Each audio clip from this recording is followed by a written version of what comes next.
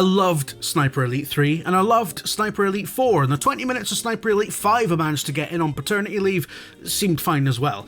I loved the setting. Normandy in northwest France was obviously a key front line in the Second World War, a conflict which the Sniper Elite series seems hell-bent on covering every single aspect of, deploying protagonist Carl Fairburn improbably into North Africa, Italy, France and Germany in his storied career. I don't know how improbable that actually is, I haven't read up on the life and times of your average World War II sniper. But he can't be in more than one place at a time, sadly, and so, as the story of resistance runs parallel to Sniper Elite 5, a new leading man is needed. Enter Harry Hawker, a British Special Forces operative who has previously appeared in the series as little more than a multiplayer skin, but who now gets to have his own game because the other guy is busy. Here I was thinking the Nazis always ran the trains on time. He's a cheeky, quippy, cockney chappie on deployment well behind enemy lines to investigate rumours of a Nazi superweapon stashed in a swanky hotel in Lyon, by the Gestapo no less, and it's Harry's job to figure out what it is and where they plan to use it. In addition, the local French resistance base has gone dark, and so it falls on Harry to try and make contact with any remaining operatives in the area. And it's really hard. I mean, look, I've got no shame. I'm sitting here wearing a cat jumper because it's freezing in the house, right? And truth be told, Sniper Elite is very much a trial and error experience for me, as I suspect it is for most people.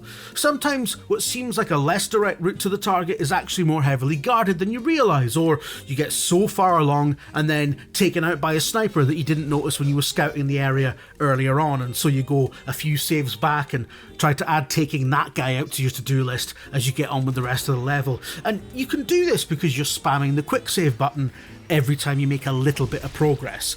Well, imagine my horror when the Rebellion people told us that saves were disabled in this preview build and we were going to have to make it through the demo by relying on our skill, talent, quick thinking and ingenuity. I'm a games journalist, I don't have any of that. So I died and died and died, and every time was weeked back to the start of the level like some sort of twisted version of Groundhog Day where Hitler wins. Or that episode of Star Trek where every time Frasier shows up, the ships get destroyed, and then it loops back to them all playing poker. So I'm not allowed to talk about Star Trek, sorry. I think I'm right in saying that Lyon is the most urban setting Sniper Elite has had since the first two games, which were set in literally Berlin, and it's quite gorgeously French, although the game is patently a cross-gen experience. Tech-wise, it looks barely distinguishable from Sniper Elite 4, which came out 7 entire years ago. More or less a decade. Oh my god, I'm so old. And look, game graphics have more or less plateaued now, so this isn't exactly on Rebellion, but the fact that this does run on machines from 2013 betrays a bit of creakiness here. Mechanically, this game is again mostly identical to its predecessors. Find a perch, make a distraction, shoot the guys. You're sneaking, you're stabbing, you get a clean shot and trigger a gory X-ray kill cam of someone with a family getting their brains disintegrated by a supersonic bolt of brass-tipped death. And that's fine, that's what Sniper Elite is. And there is a brand new side campaign in this game in the form of propaganda missions, in which you play the role of a French resistance fighter, which is a cool addition to this most weathered of World War II sandboxes. And the urban setting introduces a new enemy for the series in the form of Gestapo agents, all dressed up like they're trying to beat Indiana Jones to the Ark. These guys are a degree more terrifying than your normal Nazi trooper. In this level, they have cleared out and taken over a resistance base and frightened the hell out of me when I sabotaged a generator to do some camouflage sniping, only to summon a whole pack of them out of the adjacent building, crawling out like a load of horrid leathery trenchcoat spiders. But there is a sense of going through the motions here. I'm sure it'll be a fine addition to the series, and we know from previously released trailers that the game will have epic set pieces, like the Dambusters dam from Dambusters getting dam-busted. But one wonders if Sniper Elite needs to take a long break and maybe return with some fresh ideas and perhaps a new conflict altogether to get stuck into. Having said that, there's also the perfectly legitimate argument that if it ain't broke, etc, etc. And so, I'm gonna have to do something I hate here, apologies in advance. I'm gonna have to say, if you like Sniper Elite, you'll like this one. I'm sorry about how trite that is, but all the Sniper Elite stuff is present and correct, and I think the small fraction of the audience who will even notice that it's a different protagonist this time will actually be excited to play as Harry Hawker. So I can't see anyone pining for the other guy.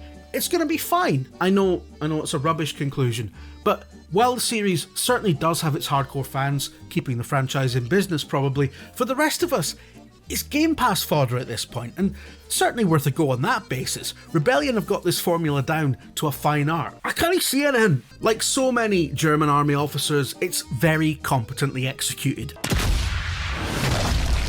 And it will be a game that actually works when you buy it, which isn't as low a bar to clear as it should be these days. But is it still exciting to watch a slow motion bullet destroy the skull, heart or love spuds of an Axis trooper? It was a great party trick back in the day, and a raised middle finger to those who habitually whine about video game violence. Well, here it is, rendered with clinical precision, the human cost of war. That is a really good gag. There's nothing wrong with any of Sniper Elite, it's just that we've seen it so many times now.